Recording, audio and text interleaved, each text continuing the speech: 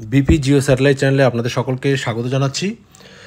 আপনারা জানেন যে মধ্যশিক্ষা পর্ষদ এবং এসএসসির যে রিপোর্ট সেটা কিন্তু আমরা গতকাল পেয়েছি।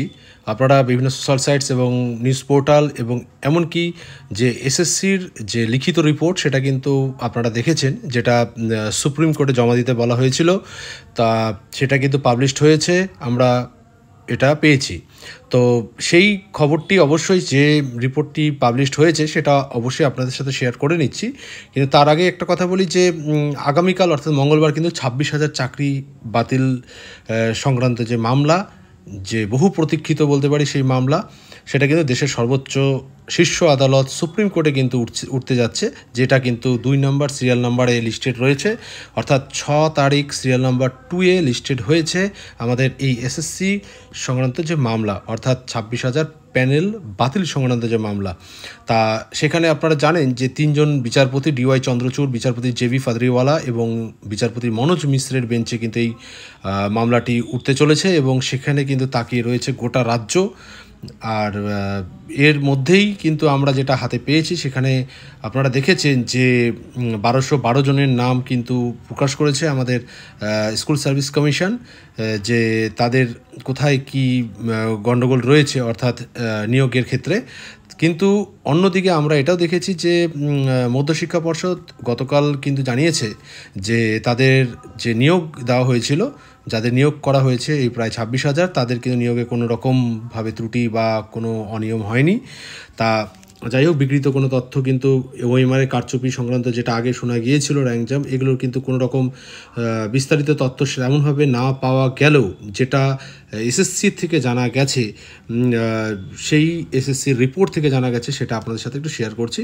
লক্ষ্য করুন যে in the Supreme Court of India civil appellate jurisdiction, তো সেখানে কিন্তু special leave petition SLP number দেওয়া রয়েছে এবং যে petitioner West Bengal School Service Commission ওয়ারেস এবং রিনা কর্মকার রেসপন্ডেন্টস, তার কিন্তু 3 পাতার কিন্তু একটা পার্টিকুলার্স অর্থাৎ নোটস কিন্তু পাবলিশড হয়েছে written submission of behalf of পিটিশনারের, কাইন্ডলি সি ইন্ডেক্স পেপার বুকের মধ্যে।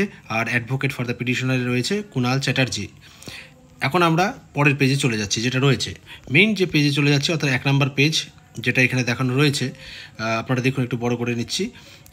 সাবমিশন, এখানে কিন্তু 1 নম্বর 2 নম্বর করে যে তথ্যগুলো লেখা রয়েছে তা সেটা তো রয়েছেই, কিন্তু আমরা মেইন অর্থাৎ 2 নম্বর পেজে চলে যাচ্ছি, যেখানে 6 নম্বর পয়েন্টটা যদি আমরা লক্ষ্য করি, তাহলে দেখুন এখানে 6 নম্বর পয়েন্টে যেটা লেখা রয়েছে, it is stated that on a careful scrutiny commission prima facie noticed that there are candidates who can be said to have appeared to have jumped their marks, that is to say people having lower rank have been preferred over person having higher rank।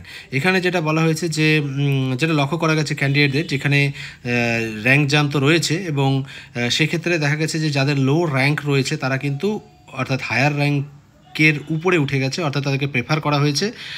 এবং এখানে এটাও বলা হচ্ছে, it was also prima facie seen that some candidates had been recommended and appointed without being in panel or appointed without recommendation. এটাও বলা হয়েছে যে কিছু ক্যান্ডিডেট রয়েছে যারা রিকমেন্ডেড হয়েছে অর্থাৎ appointment without being in the প্যানেলের বাইরে নাম রয়েছে এমন কিছু জনকেও নিয়োগ করা হয়েছে বা রিকমেন্ডেশন ছাড়াও অ্যাপয়েন্টমেন্ট দেওয়া হয়েছে। তা এটা কিন্তু পরিষ্কার করেছে, অর্থাৎ র্যাঙ্ক জামের ব্যাপারটা এবং প্যানেলের বাইরে হতে পারে বা যেগুলো রেকমেন্ডেশনের করা হয়নি সেগুলো অ্যাপয়েন্টমেন্ট হয়েছে, এরকম কিন্তু নাম অর্থাৎ নিয়োগ হয়েছে, তাদের কিন্তু নাম, রোল নাম্বার প্রকাশ করেছে এইরকম। এখন আমরা নিচে একটু চলে যাচ্ছি, the number of such candidates. এখানে এই ধরনের ক্যান্ডিডেট এখানে বলছে র্যাঙ্ক জাম্প, দেখুন এখানে পরিষ্কার। অ্যাসিস্ট্যান্ট টিচারের ক্ষেত্রে 9-10-এর ক্ষেত্রে 74 জন এবং out of panel but still appointed হচ্ছে 111 জন, আর টোটাল কিন্তু 185 জনের নাম রয়েছে। আর এখানে র্যাঙ্ক জাম্প 11-12-এর ক্ষেত্রে 20 জন, আর একাদশ-দ্বাদশের ক্ষেত্রে। এবং এখানে বলছে প্যানেলে নেই, out of panel but appointed, অর্থাৎ তাদেরকে নিয়োগ দেওয়া হয়েছে, এরকম সংখ্যাটা কিন্তু 18, অর্থাৎ র্যাঙ্ক জাম্প অ্যান্ড এই 18 মিলে কিন্তু 38 জনের নাম কিন্তু 11-12 এবং 9-10-এ 185 এবং 38 জনের নামটা উঠে আসছে। এটা হচ্ছে সেকেন্ড পেজ। এবার থার্ড পেজ, যেটা লাস্ট পেজে যেটা ব্যাখ্যা দেওয়া হয়েছে, দেখুন এখানে লাস্ট পেজে কিন্তু আমরা দেখছি গ্রুপ সি এর ক্ষেত্রেও কিন্তু এরকম র্যাঙ্ক জাম 132, 249 নিয়ে কিন্তু 381, আর 237 এবং 371 অর্থাৎ যাদের প্যানেলে নেই বা অ্যাপয়েন্টমেন্ট করা হয়েছে, তাদের অ্যাপয়েন্টেড করা হয়েছে তাদের 608, অর্থাৎ টোটাল কিন্তু 1212।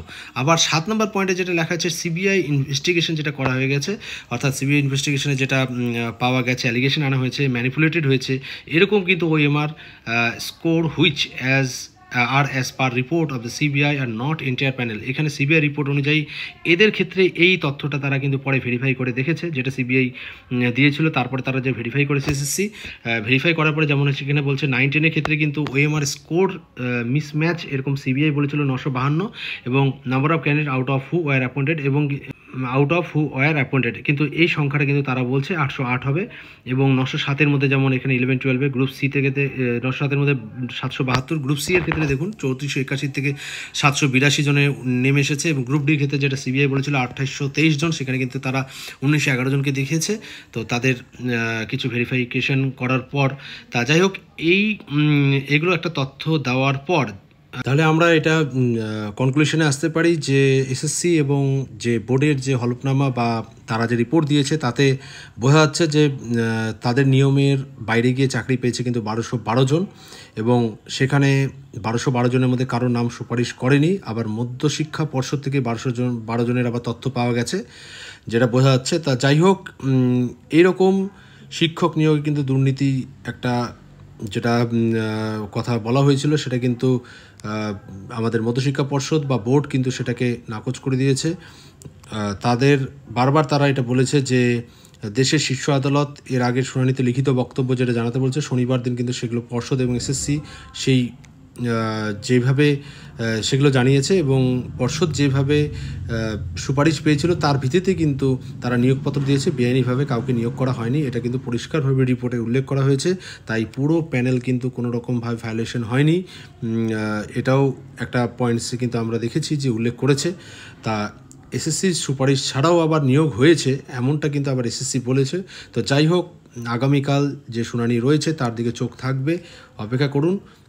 অনেক কিছু আরও কিন্তু পরিষ্কার আমরা হয়তো সেই শুনানি থেকে জানতে পারবো, কারণ যারা চাকরি হারা তাদের কিছু তথ্য, এবং যারা মামলা করেছিল মামলাকারী, এবং যে সিবিআই বাকি 3 জনের কিন্তু অর্থাৎ রিপোর্ট জমা পড়লেই বোঝা যাবে যে তার কি বক্তব্য এবং তারপরে শুনানি থেকে কী উঠে আসছে। তো ধন্যবাদ সকলকে, সাথে থাকবেন আপডেট নিউজগুলো পাওয়ার জন্য।